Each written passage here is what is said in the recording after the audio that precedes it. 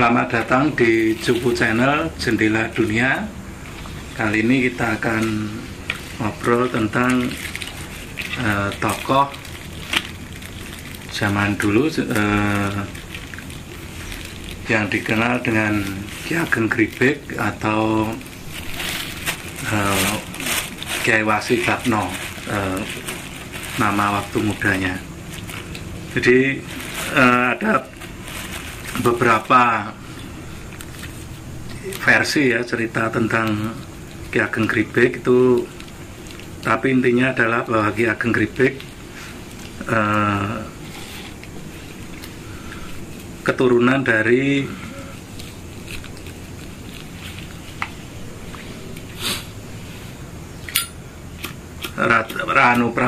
Prabu Brawijaya dari Mojopahit, Brawijaya V ya. Jadi yang versi pertama itu Prabu Brawijaya menikahi Putri Campa, kemudian punya putra namanya Raden Mas Guntur. Kemudian Raden Mas Guntur ini memutuskan pergi dari kerajaan untuk bertapa. Nah, di saat bertapa itu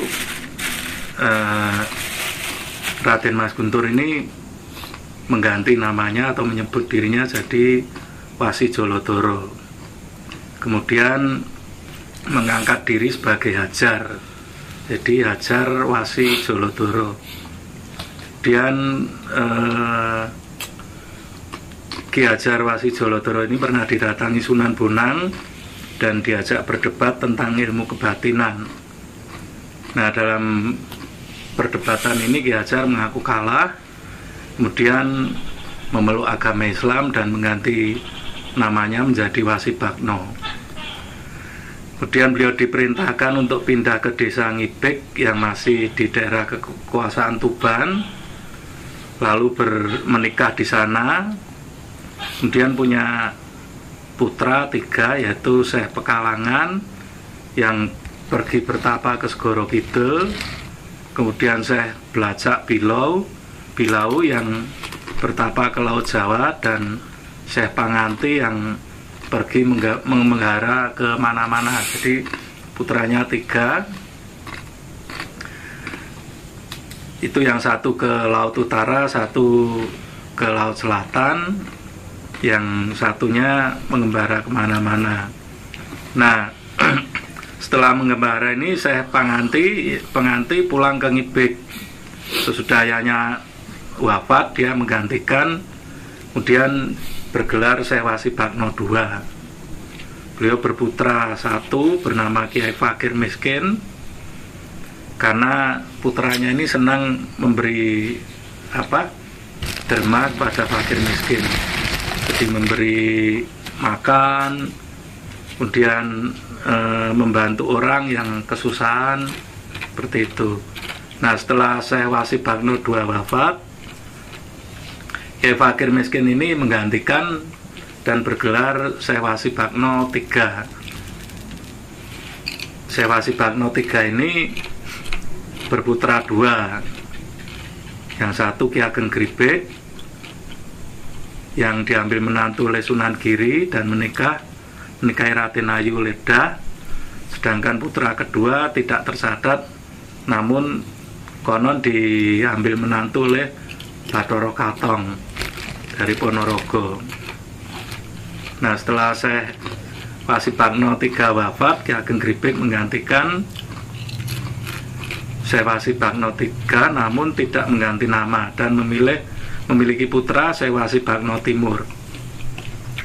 Setelah ayahnya wafat, Syekh Wasibagno Timur ikut ibundanya di Wonosoroyo dekat makam Sunan Giri sampai ibunya meninggal. Kemudian Syekh Wasibagno Timur mengembara hingga akhirnya menemukan daerah baru di sekitar lereng Merapi, yaitu di Jatinom.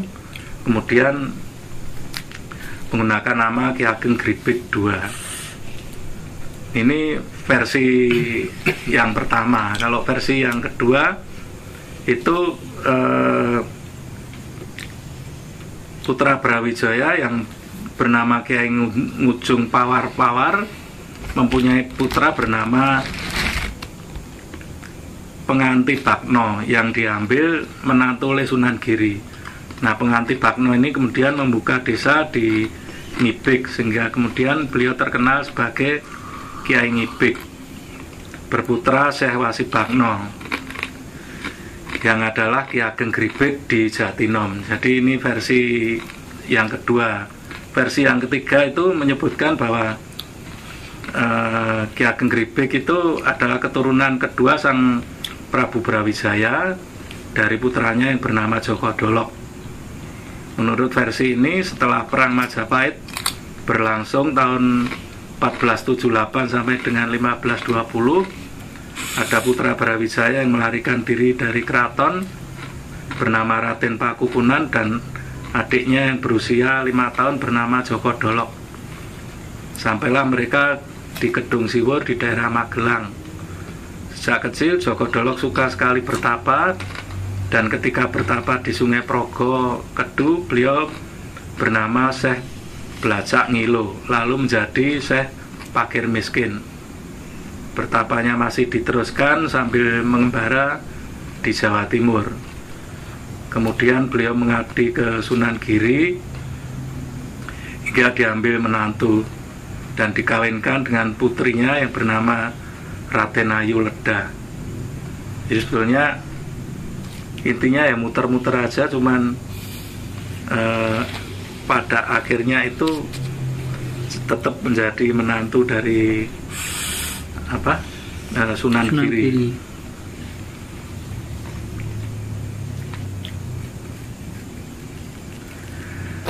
Nah, setelah ibunya wafat, Syekh Wasi Bakno Timur merasa resah dan tidak tenang hatinya, hingga timbul hasratnya untuk bersemedi di makam Sunan Giri. Permohonannya terkabul, mendapat wisik ya untuk bertapa di hutan Merbabu di kaki Gunung Merapi. Beliau lalu berjalan ke barat menyusur Gunung Merapi sehingga tiba di hutan Merbabu, di mana terdapat 2 pohon jati, yang satu sudah tua dan yang satu lagi masih muda. Nah, ini ada cerita bahwa kedatangan beliau ke hutan tersebut itu membawa ular betina bernama Kiai Kasur dan seekor singa betina bernama ular jantan bernama Kiai Kasur dan singa betina bernama Nyai Kopek. Akhirnya beliau bertapa di bawah pohon jati itu. Setelah lama bersemedi, terlihat tejo yang terang menjulang ke langit, yang menjadi tanda terkabulnya permohonan beliau. Jadi mungkin saking genturnya yang semedi itu sampai keluar cahaya atau tejo yang sangat terang. Nah, ini di lain tempat pada saat itu Sultan Agung juga sedang merasa susah hatinya karena mendengar bahwa Raja Palembang akan memberontak terhadap Mataram. Kemudian Sultan Agung nepi dan bersemedi untuk mendapatkan solusi atau untuk mendapatkan ketenangan dalam pikirannya supaya mendapat solusi itu tadi ya. Karena kalau terjadi peperangan tentu rakyat yang akan menderita. Nah, dalam semedinya itu karena gentur, beliau mendapat petunjuk untuk pergi ke hutan Merbabu di lereng Gunung Merapi, di mana beliau akan bertemu dengan seseorang yang akan dapat memadamkan pemberontakan di Palembang.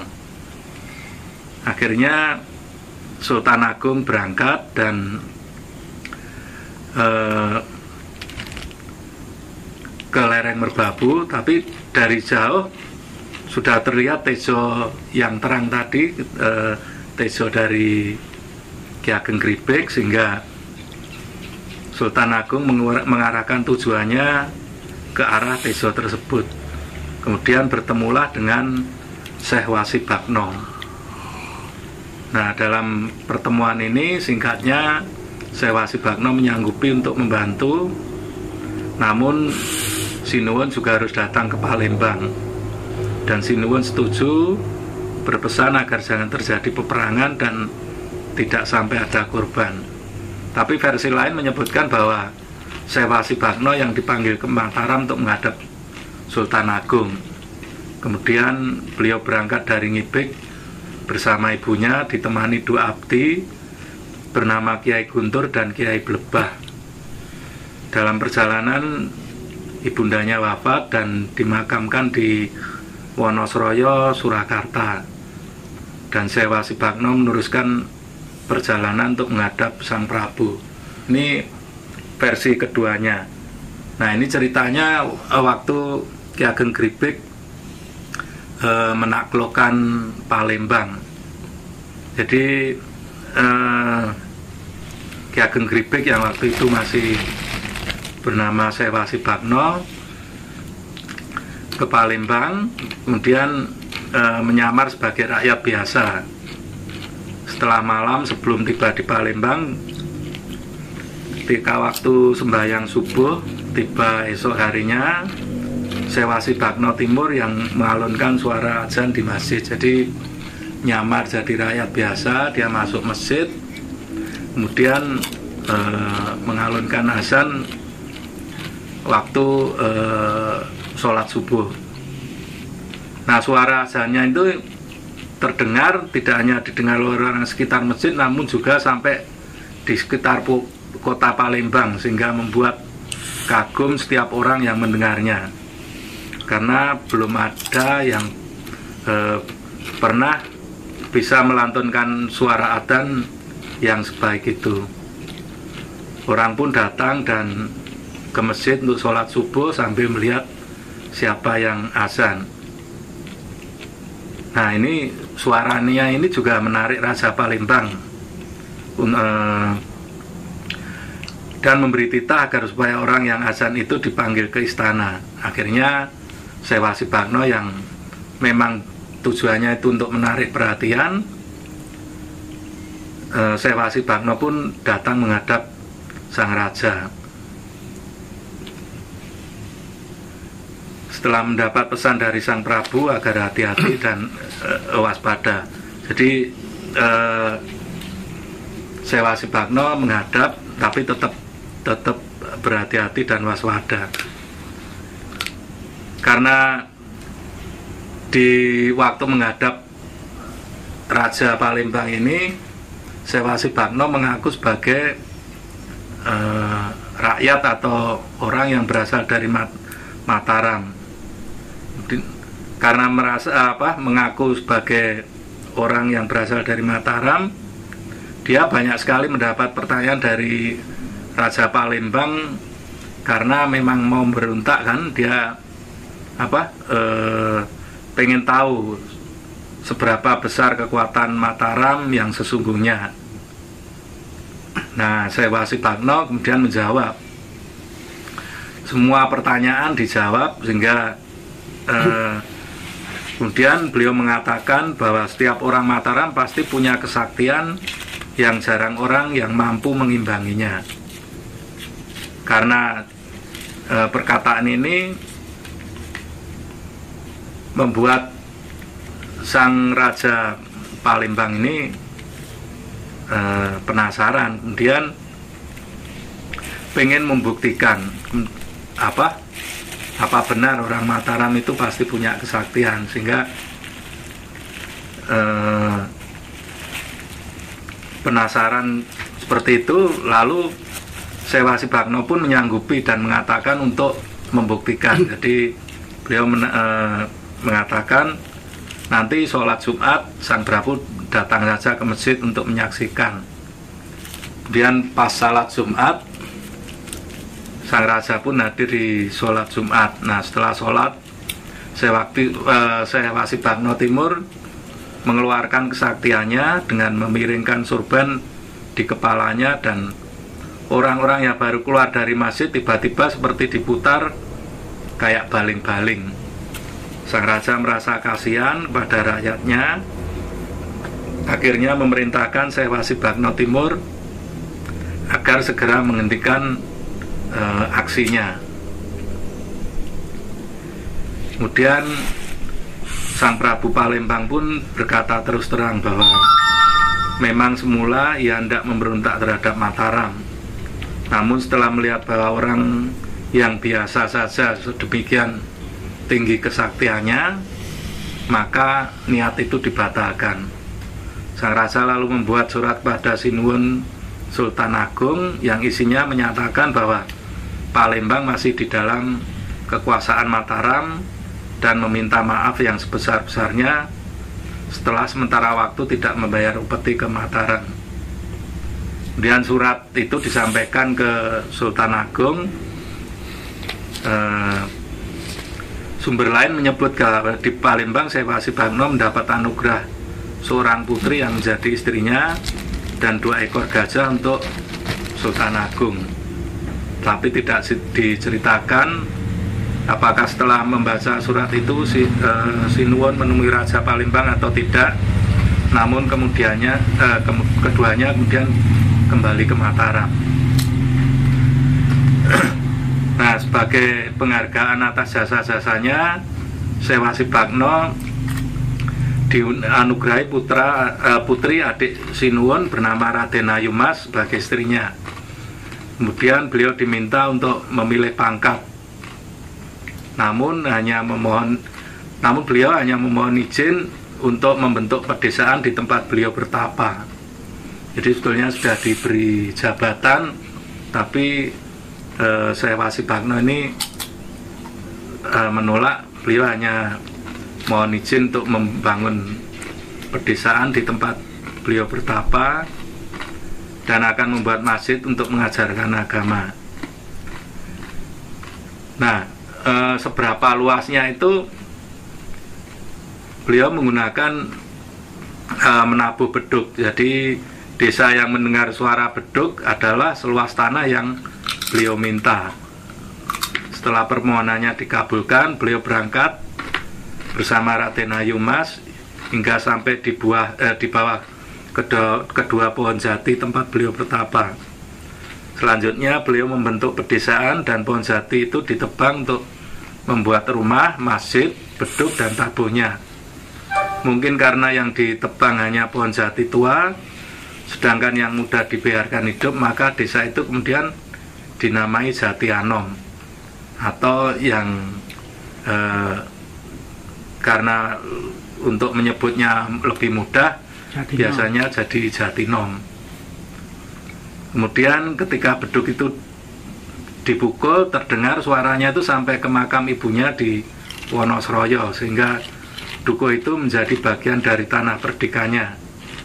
Sejak membuat pedesaan di Jatinom yang berkembang menjadi tempat pengajian dan pemukiman besar, Syekh Wasibagno Timur menggunakan nama Ki Ageng Gribik, dan keturunannya pun memakai sebutan punten sapaan Sinuwun ke beliau ketika pertama kali bertemu. Nah, masjid asli buatan Ki Ageng Gribik ini dibuat dari kayu jati, berikut beduk dan tabuhnya adalah dinamakan Masjid Kecil. Namun tinggal tabuhnya saja yang tahun 1800 masih ada di Masjid Solo. Lokasi pohon jatinya berada di dalam masjid di sudut tenggara. Di beduknya sudah dibawa ke masjid di Solo, tapi tabuhnya ini di Masjid Kecil. Kalau Masjid Kecil itu letaknya di bawah, di dekat Sendang Pelampian. Nah, ini apa jasa Ki Ageng Gribik yang lain itu terhadap Mataram itu ketika mengatasi pemberontakan Pangeran Mandurarejo. Jadi ketika Mataram menyerang Betawi, bala tentaranya sejumlah 8.000 dipimpin langsung oleh adik Sultan Agung yang bernama Pangeran Mandurarejo. Namun penyerangan ke benteng Company ini tidak berhasil karena banyaknya meriam yang ditembakkan dan berontongan senjata api ke arah pasukan Mataram. Company yang hanya berjumlah 400 dan dipimpin J.P. Kun merasa cukup khawatir melihat bala tentara Mataram yang banyak jumlahnya, sehingga mencari akal untuk menemukan gudang-gudang perbekalan prajurit Mataram. Setelah ditemukan, dibakarlah berpikul-pikul beras, gula, dan puluhan lembu sehingga habis semua. Kekuatan Mataram pun lumpuh. Karena menderita kekalahan yang amat hebat dan semua anak buahnya kocar-kacir, Pangeran Mandurorejo merasa malu dan tidak kembali ke Mataram, namun pergi ke Kaliwungu, Semarang. Kaliwungu, Kendal ya? Kendal. Ya, perbatasan berarti. Di Kaliwungu ia mengumpulkan orang dan membuka latihan keprajuritan dengan niat memberontak ke Mataram. Semua upeti dari pantai utara Jawa ditahan dan tidak boleh dikirim ke Mataram. Nah, niat buruk Pangeran Mandurorejo ini akhirnya diketahui oleh Sultan Agung setelah mendapat laporan dari patih kerajaan yang ini membuat Sultan Agung sangat berduka. Namun beliau tidak ingin gegabah mengambil keputusan untuk menyerbu Kaliwungu, sebab beliau ingin terlebih dahulu meyakinkan kebenaran berita tersebut. Akhirnya Sultan Agung pergi ke Jatinom untuk menemui Ki Ageng Gribek yang saat itu sedang bersemedi di Gua Mbelan. Gua Mbelan itu gua buatan Ki Ageng Gribek untuk bertapa. Itu letaknya di Jatinom. Kemudian Ki Ageng Gribek menyatakan sanggup untuk menyelesaikannya. Kemudian setelah pertemuan tersebut, Sultan Agung melihat Masjid Jatinom yang kecil, kemudian bersabda agar Ki Ageng Gribek memberikan laporan ke Mataram untuk membuat masjid yang lebih besar. Jadi, awalnya itu masjid kecil yang ada di bawah itu itu ada umbul, nanti ada ceritanya juga sih, ada umbul di Pelampian itu masjid alit atau masjid kecil. Nah, untuk melaksanakan tugasnya itu Ki Ageng Gribek menyamar sebagai seorang sakti bernama Kiai Jaki Jaya dan mendirikan perguruan di desa Kemanten dekat Kaliwungu atau sebelah barat Semarang. Karena kesaktiannya itu, maka banyak orang yang berguru dan mempelajari bermacam ilmu pengetahuan yang semakin hari semakin bertambah banyak pengikutnya. Karena tersohor, banyak prajurit-prajurit dari Pangeran Mandurorejo yang tertarik untuk berguru, sehingga Pangeran Mandurorejo mengutus seorang abdi untuk membawa Kiai Sukijaya yang nama samaran Ki Ageng Gribek tadi untuk menghadap. Setelah berbincang-bincang, menanyakan berbagai hal, diantaranya dibicarakan juga niatnya hendak menguasai Jawa serta menaklukkan Sultan Agung atau Sinuwun Mataram. Nah, setelah mendapat kepastian ini, mendapat kepastian bahwa Pangeran Mandurorejo itu mau memberontak ke Mataram, itu bukan hoak ya, bukan berita bohong, maka Ki Ageng Gribek lalu meninggalkan padepokannya untuk pergi ke Mataram. Kemudian menghadap ke Sultan Agung, lalu Sultan Agung mengutus Ki Ageng Gribek untuk kembali ke Kaliwungu sebagai utusan kerajaan dengan titah agar Pangeran Mandurorejo kembali ke Mataram dan kesalahannya akan diampuni. Namun jika membangkang akan ditawan dan jika tidak mau menyerah akan dihukum atau ditamatkan riwayatnya. Kemudian Ki Ageng Gripik menghadap Sang Pangeran di Kaliwungu untuk menyampaikan titah Sultan Agung dan membujuk Sang Pangeran agar bersedia mentaatinya. Namun Sang Pangeran menolak titah dan tetap pada pendiriannya, sehingga terjadilah perkelahian sengit, adu kesaktian yang menurut catatan itu terjadi sekitar tahun 1629. Akhirnya Sang Pangeran kalah dan dipenggal. Kepalanya dibawa ke Mataram untuk diaturkan ke Sinuwun Sultan Agung. Badannya ditinggalkan di Kaliwungu. Namun Sultan Agung tidak tahan dan sangat berduka melihat kepala adiknya dan bertitah untuk mengembalikannya ke Kaliwungu. Konon ketika Pangeran Mandurorejo wafat, air sungai di sana terlihat berwarna ungu, sehingga daerah di situ jadi disebut daerah Kaliwungu. Nah, badan beliau kemudian dimakamkan di Gunung Perwoto.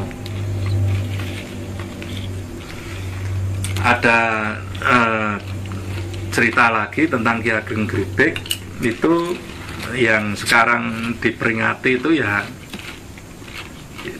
tidak lepas dari tentang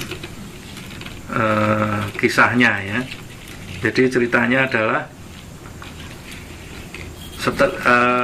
suatu ketika Ki Ageng Gripik ke Mekah, kemudian setelah kembali dari Mekah, Ki Ageng Gripik tiba di Jatinom pada pertengahan Safar, membawa roti gimbal dan segenggam tanah dari Arafah.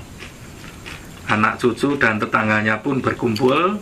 Nah, kebetulan malam Jumat untuk mendapat wejangan dan berkah. Namun karena yang datang itu banyak dan tidak cukup kalau dibagi satu persatu roti gimbalnya, kemudian yang roti gimbal ini sudah dibuat jadi apem oleh Nyai Ageng Gripik, lalu disebarkan. Nah, disebarkan, diperebutkan itu sehabis sholat Jumat keesokan harinya. Kemudian peristiwa ini yang menjadi tradisi Yakowiyu. Jadi yang diartikan Tuhan mohon kekuatan. Sedangkan tanah Arafah ditanam di Pengimaman atau di Ororo Jatinom. Jadi tradisi Yakowiyunan itu awalnya Ki Ageng Gripik dari Mekah itu. Jadi membawa roti gimbal kemudian dijadikan apem. Nah, ini kalau petilasannya itu ada ikon-ikonnya itu banyak ya. Jadi ada Ororo. Jadi di sana ada lapangan itu. Kalau dulu sih kelurahannya masih di situ. Jadi Ororo itu lapangan besar gitu, cuman kalau dulu ada pohon beringinnya ya, pohon beringin atau pohon preh di situ. Nah, ada lagi tempatnya bersemedi. Ini awalnya bersemedi itu di Ororo, kemudian ini ada cerita juga bahwa ketika Ki Ageng Gripik sedang bersemedi di Ororo, di sebelah barat Jatinom itu tiba-tiba terdengar suara yang amat dahsyat dan yang menakutkan itu dari arah Gunung Merapi, yang kemudian ternyata terjadi banjir lahar karena ada letusan dari Gunung Merapi. Aliran lahar ini mengikuti sungai Soko yang jika terus berlangsung sudah pasti akan menyebabkan musnahnya desa Jatinom. Atas usaha Ki Ageng, aliran banjir tidak bisa terus, namun berbelok selatan memotong sungai. tempat di mana banjir lahar dingin itu berbelok kemudian dikenal sebagai Banyu Malang. Sedang Ororo tempat bersemedi atau bersusut Ki Ageng dinamakan Ororo Tarwiyah, di mana terdapat 2 buah batu pasusutan yang diletakkan di dalam rumah kecil. Jadi seperti itu. Jadi pernah terjadi lahar dan dibelokkan oleh Ki Ageng Gribek. Nah, di dekat Masjid Kecil Jatinom atau Masjid Alit ini terdapat 2 buah sumur yang ada di dekat masjid besar.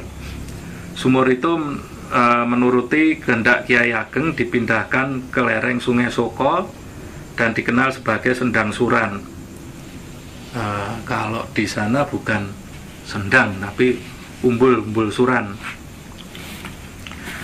yang menurut keyakinan orang airnya bisa digunakan untuk mengobati segala penyakit manusia dan binatang piaraan. Nah, ini ada kisah lagi ketika Ki Ageng Gribek kedatangan seorang bernama Syekh Ibrahim yang berasal dari tanah Arab. Mereka mengadu ilmu dan terlibat perdebatan. Setelah beberapa lama belum ada yang kalah. Syekh Ibrahim mengambil air sungai untuk berwudu, sedangkan Ki Ageng Gribek malah menciptakan sendang saat berwudu. Kembali dari sungai, Syekh Ibrahim sangat terkejut karena di situ telah ada sendang yang sebelumnya tidak ada. Syekh Ibrahim akhirnya mengaku kalah dan selanjutnya menjadi sahabat Ki Ageng Gribek. Sendang itu kemudian dikenal sebagai Sendang Pelampian, yang biasa menjadi tempat mandi sebelum orang berziarah ke makam Ki Ageng Gribek. Letaknya di bawah makam ini. Nah, konon di sekitar Jatinom dulu sangat banyak dihuni lelembut yang malam hari mengeluarkan macam-macam suara. Atas kehendak Ki Ageng Gribek, demit-demit itu dikumpulkan dalam satu sendang yang sekarang disebut sebagai Sendang Terwes. Ada pula Sendang Berubiah, tempat beliau memberikan ilmu kepada murid-muridnya.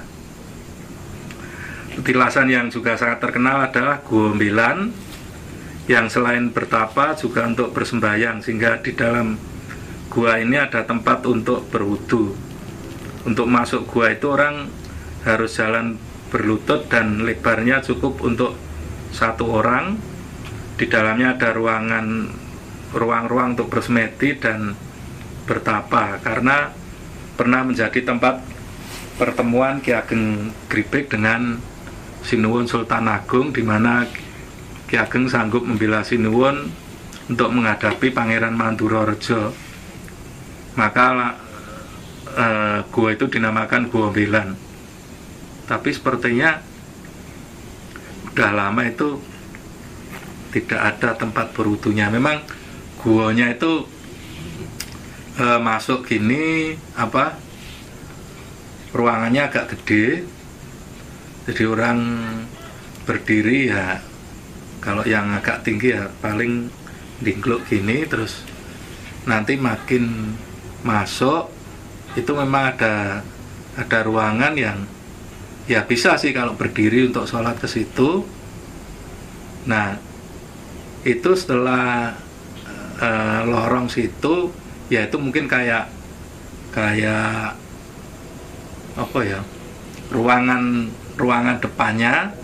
Nah, nanti begitu masuk ke kamar-kamarnya itu tingginya paling ya tidak sampai 1 meter, sehingga orang sebetulnya ya nggak ndodok itu merangkak. Tapi merangkak gitu, nanti masuk kamar itu cukup buat duduk, jadi ada kotak lagi kayak sentong-sentong gitu, itu bisa untuk duduk. Ada beberapa kamar. Cuman kalau tempat wudunya itu tahun berapa saya di sana itu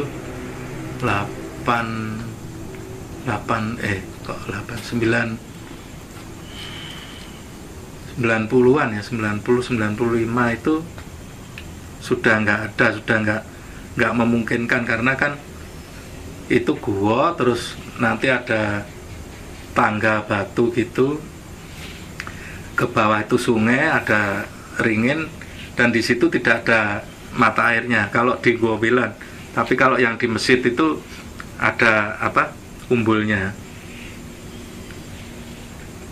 Nah ini sahabat-sahabat Ki Ageng Gribek, ada Ki Ageng Sujud, Kiai Banyumalang, Kiai Guntur Geni, Kiai Jedak, Syekh Ibrahim, Kiai Bubah, Kiai Padang Sari. Ini banyak sekali. Kira-kira begitu.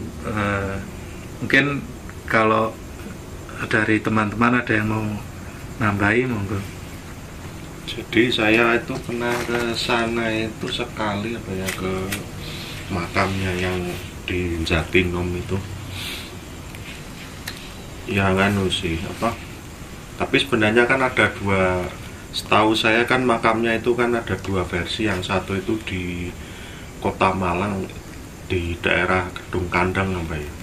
Itu juga di sana itu makamnya juga rame katanya kan.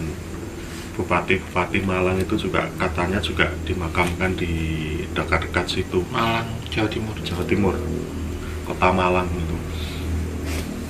Terus yang saya pernah itu yang di Jatinom kan, kebetulan kan juga nggak jauh dari sini itu. Jadi memang ya, saya akan cerita dari sudut pandang lain gitu kan. Ketika itu kan saya ya cuma aslinya cuma main sih ke situ. Ya berwudu lah istilahnya sebelum masuk itu. Terus ke makamnya itu kan, kalau makam-makam kuno itu biasanya kan memang ada regolnya itu kecil itu kan, kita menunduk itu juga kayaknya ada. Dan terus kebetulan waktu itu juga lagi rame gitu kan, ada yang tawasulan di situ sak rombongan gitu, jadi kita nggak bisa mendekat itu. Ya udah, sehabis itu ya cuma duduk diam di situ, ya paling ya cuma berdoa di dalam hati terus keluar gitu. Nuwun sewu, mau ngaslinya juga niatnya bukan berziarah, niat utamanya itu kan cuma belusuan. Jadi apa, ada yang unik gitu di makamnya itu, tapi sebelum pintu masuk itu ada sebuah ornamen candi, namanya itu stupa. Itu benar-benar stupa itu. Saya sama teman saya dan beberapa batuan komponen candi ada di dalam komplek makam itu. Saya wah, ya mikirnya kan, wah ini berarti di daerah sini ada sejarah yang lebih tua dari Ki Ageng Gribek itu. Bisa jadi. Nah, memang karena ada stupa itu kan istilahnya sebagai apa ya, semacam untuk ya sebagai komponen candi di dalam agama Buddha lah istilahnya itu sempat saya foto itu. Nanti kalau tak kirim bisa di selani fotonya stupanya itu. Nah terus kan ya udah, ya memang di sekitar Jatinom itu banyak komponen-komponen candi bersebaran seperti Ling, Yoni dan lain sebagainya, itu banyak. Terus yang di Gua Pabilan itu ya saya juga pernah masuk ya, belum lama, berapa tahun yang lalu gitu. Jadi memang pintu masuknya itu memang sempit gitu kan Mas Agung. Ya, kalau yang utamanya kan gede, kecuali pintu masuknya yang dari timur. Jadi kayak di tebing lah itu toh. Tebing kan bawahnya itu kan telataran undang-undangan batu itu. Undang-undangan batu terus masuk. Biasanya dulu saya pakai nyiksa ngomong di situ. Suruh saya nangis itu. Itu memang ya di dalam ya guanya nggak begitu besar ya, memang ada ruangan. Terus sempat saya foto juga. Konon sudah lorong yang sampai ke Oro-Oro itu ditutup katanya. Oh ditutup. Oh itu dulu memang ada lorong yang tembus. Kabarnya. Itu Nah, itu kan ceritanya. ada masjid kecil toh, Masjid kecil yang bawah ke barat. yang bawa ke barat itu terus ada toknya Bu Sumo Nah, atau itu, apa. itu pelampiran. juga pernah ke situ. Nah, Jadi- cuma mau ngingok, wow iki tau itu. Ya itu apa Ibu. Masjid Alit yang makamnya itu Masjid Agengnya. Iya. Nah, terus saya juga waktu itu kalau salah satu pengikutnya kan ada yang namanya Kiai Cetak itu kan, itu juga saya pernah. Tapi kalau apa di daerah Kuaon itu ya di Jatinom lah. Ya, pohon ke Jatinam ke atas. Nganu bukan atas, agak rada muduk gitu ya. Sebelah apa kidule gitu ya. Iya, wow. Kiri, pokoknya kalau dari sini kiri jalan. Iya. Wow itu. Jadi cuma di situ kalau setahu saya ya, kalau saya nggak nganu, itu malah justru makamnya Nyai Cetak yang terkenal di situ. Iya, di Bukan situ Kiai tadi. Cetak. Jadi kan Kiai Cetak itu kan sebagai apa, juru ya saya ngurupi geni gitu loh. Oh, Ngurupi. iya. Nah, itu saya pernah ke situ. Jadi makamnya itu juga unik gitu. Jadi ditumpuk banyak itu loh, kan makam-makam kuno kan modelnya pakai kayu jati gitu kan, terus kijing-kijing lama itu loh. Jadi kayak jati kayak apa, disusun gini terus dipalang gini, jadi segi 4 itu, tapi ditumpuk sampai tinggi gitu, terus sampai rubuh gitu. Sendean di temboknya itu juga pernah gitu. Itu kalau istilahnya ya yang tahu ya orang sekitar situ, kalau di situ makamnya Nyai Cetak itu. Memang kalau sekitar Jatinom tuh banyak anunya, Oh iya, petilasan. petilasan banyak di situ. Itu Tuh. istilahnya kan apa ya? Ya memang dia di situ sudah dihuni sejak lama kan, itu istilahnya apa? Menjadi kayak kampung lah di situ. Zaman dulu itu sudah ada. Dan apa? Dilalahnya juga, tapi saya ini agak cerita agak sedikit nganu ya, menyimpang itu. Kalau di sekitar sini di Ngemplak itu kan kalau ada yang bikin apem itu kan Ki Ageng Wonolelo gitu kan. Itu entah ada hubungannya sama Ki Ageng Gribul atau enggak, saya nggak tahu sih. Itu juga katanya ya apem juga itu. Ya, kan apem, kalau seingat saya apem yang di Jatinom tuh Apemnya kan kuning dah itu. yang kuning itu. Kuning. Beda dengan apem beras. Ya walaupun juga bahan dasarnya kita ya beras ya itu. Ya, cuman kan beda kalau ibu saya buat itu apem, kalau model Solo itu kan agak lingkarannya agak gede. Mm-mm. Nah, kalau apemnya Jatinom tuh bentuknya kayak kukis itu loh. Nah, dan dia juga dipanggang bolak-balik loh. Iya. Nah, nek masaknya saya nggak tahu. Ngerti-ngerti nih neng piring. Ya maksudnya kan saya gosongnya kan atas bawah itu. Iya. Ya cuma ke sana itu sekali sih kalau yang di Ageng Gribek itu. Dan juga yang tadi saya menarik itu kan tadi yang sempat kita bicarakan itu yang soal miring ke ikat itu loh. Nah itu sebenarnya kan ceritanya kan macam-macam versinya itu. Macam banyak tokoh yang Banyak gitu. tokoh yang gitu itu. Apakah itu sebuah istilahnya itu satu cerita yang terus karena ini sifatnya gedok tular terus dicocokologi atau digaduk-gadukkan sama tokoh lain, itu saya juga kurang tahu itu. Bisa seperti itu, tapi bisa juga itu wong namanya ilmu, ini bisa ya bisa. Ya seperti itulah gitu. Dan memang saya akui kalau saya waktu itu sedang belusukan di daerah Jatinom itu menarik itu. Istilahnya kan di sini itu banyak yang peninggalan masa lalu yang di zaman Islam maupun pra-Islam itu banyak di situ. Utamanya ya seperti makam-makam itu yang di zaman Islam itu, dan yang pra-Islam itu seperti candi, Iya, karena itu di lereng gunung jadi Iya. Ya seperti itu sih. nggak sulit. Dan cerita-cerita ini banyak emang ya. Apa selain Wonolilo ini yang bersamaan juga tradisi itu juga ada di Gamping, tapi memang di sana bukan apem Kakak. kakak kan. Tapi memang tradisinya beda. Jadi Ageng Gribek itu penyebaran dan Senopati apa? Senopati Mataram.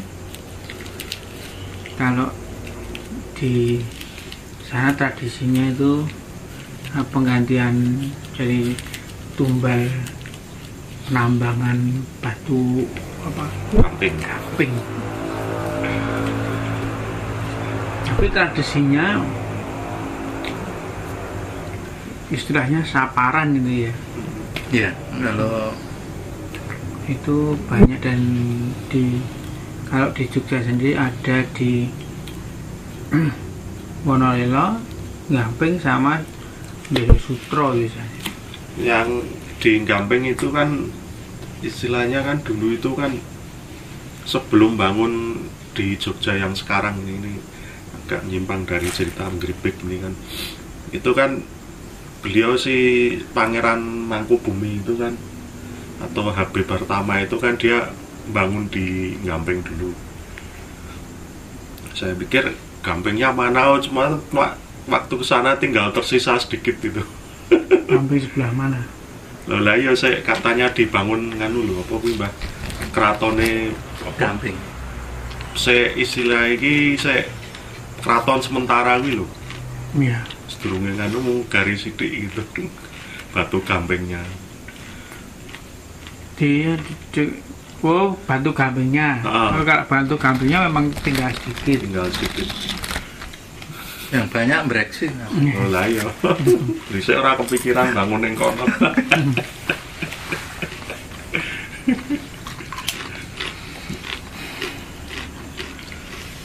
Yang menarik tadi itu roti gimbal, jadi roti apa? Tapi nek menurut saya itu nganu kok, bukan namanya itu kayak apem Arab itu kamir gitu. Iya, Gamping. Jadi kan gimbalnya bukan di luarnya tapi di dalam itu, tekstur dalamnya itu kan gimbal. Ya jenenge wong Jawa ora mudeng ke jenenge.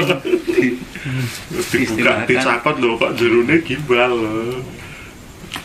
Tapi kasur emang dari tepung beras. Nek kamir dari nganu terigu. Itu ya istilahnya apem Arab lah. Iya. Apem kamir, kalau apem Jawa itu kan dari beras. Tahu dan gede-gede nek kamir kuwi sesuai postur yang orang sana gitu kan. Memang ya cerita kan simpang siur ya, kayak tadi kalau yang di anu itu kan Kiai Guntur Geni itu kan sahabatnya. Tapi kalau yang orang sana, orang Jatinom itu, menurut orang Jatinom Kiai Guntur Geni itu ya Kiai Ageng Gribek itu.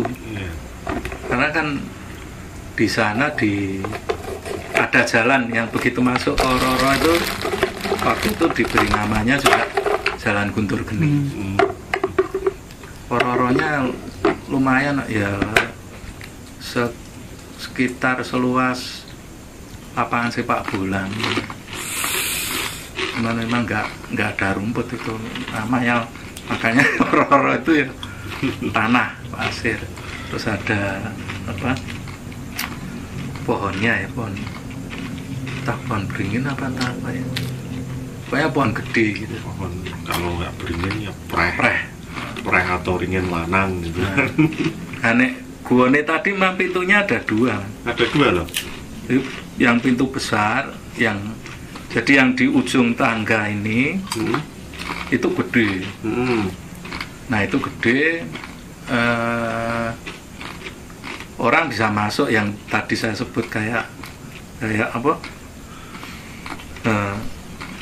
ruang tamunya ya, kayak ruang gede gitulah. Itu kalau untuk duduk sampai ke dalam itu ya 10 orang itu masih cukup kalau silo gini. Dan itu agak tinggi, itu orang berdiri Nah itu nanti kalau masuk lagi yang itu kan nggak bisa jongkok, itu tetap merangkak kalau itu kan kita guane itu kan nggak cuma satu atau iya, itu masuk situ terus nanti kamar-kamar gitu. Itu baru nanti pintu keluar yang timur. Tapi itu nganu bebel kan, itu istilahnya nggak tembus kan sekarang. Sekarang masih tembus kok. Jalan ya dari itu mungkin sekitar berapa meter ya pokoknya masuk toh nanti kamar terus yang kesana dibuntu, yang kanan ini yang keluar. Keluar itu bisa berdiri juga dari situ. Itu banyak saparan wis gila nih uyuan. Gila nih. Kanu apa? Kalau saparan biasanya kan di oro-oro itu yang dipakai apa? Kayak hiburannya ya, kayak apa? Ya macam-macam, ada tong setan, ada pokoknya kayak pasar malam. Nah nanti kalau mau ziarah ke Gua Mbelan itu, kemudian turun ke Masjid Alit itu yang Umbul Pelampian tadi, Umbul Suran situ. Nah itu katanya juga ada gua juga. Ada guanya juga. Yang dekat masjid kecil itu, dekat sumber itu. Terus ke barat sedikit itu yang lapangan gede itu, lapangan pelampian yang buat nyebar apem. Itu sekarang di permanen itu. Terus sekarang permanen ya? Permanen wes dibangun kayak tower gitu. Nah saya udah 20-an tahun mungkin kan, selama 30-an tahun itu. Terus kalau naik baru Masjid Agung ya. Itu juga apa di sana juga ada, saya nggak tahu apakah itu memang ilmunya dari Ki Ageng Gripik atau enggak, tapi di sana ada perguruan silat namanya, juga pakai nama PS Wasibagno.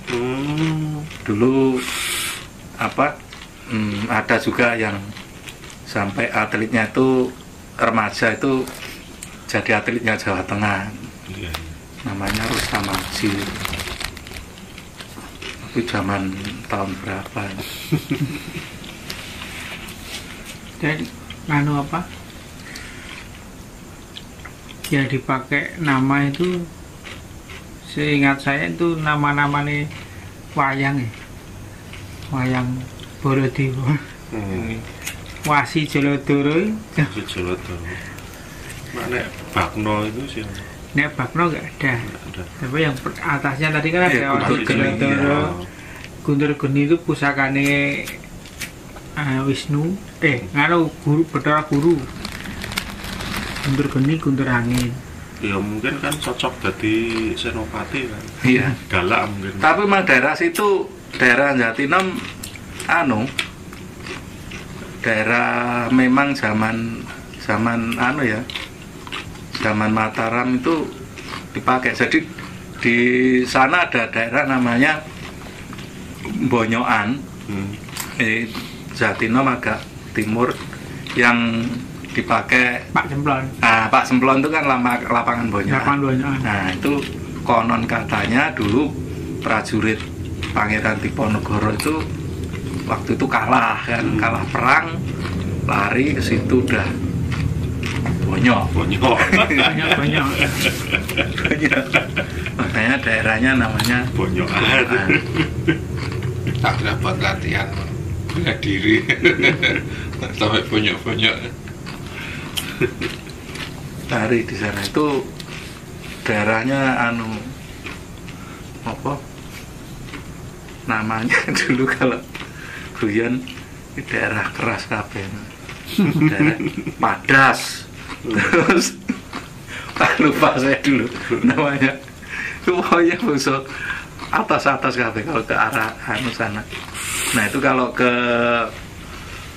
utara sedikit Tulung, nah itu daerah leluhur saya. Jadi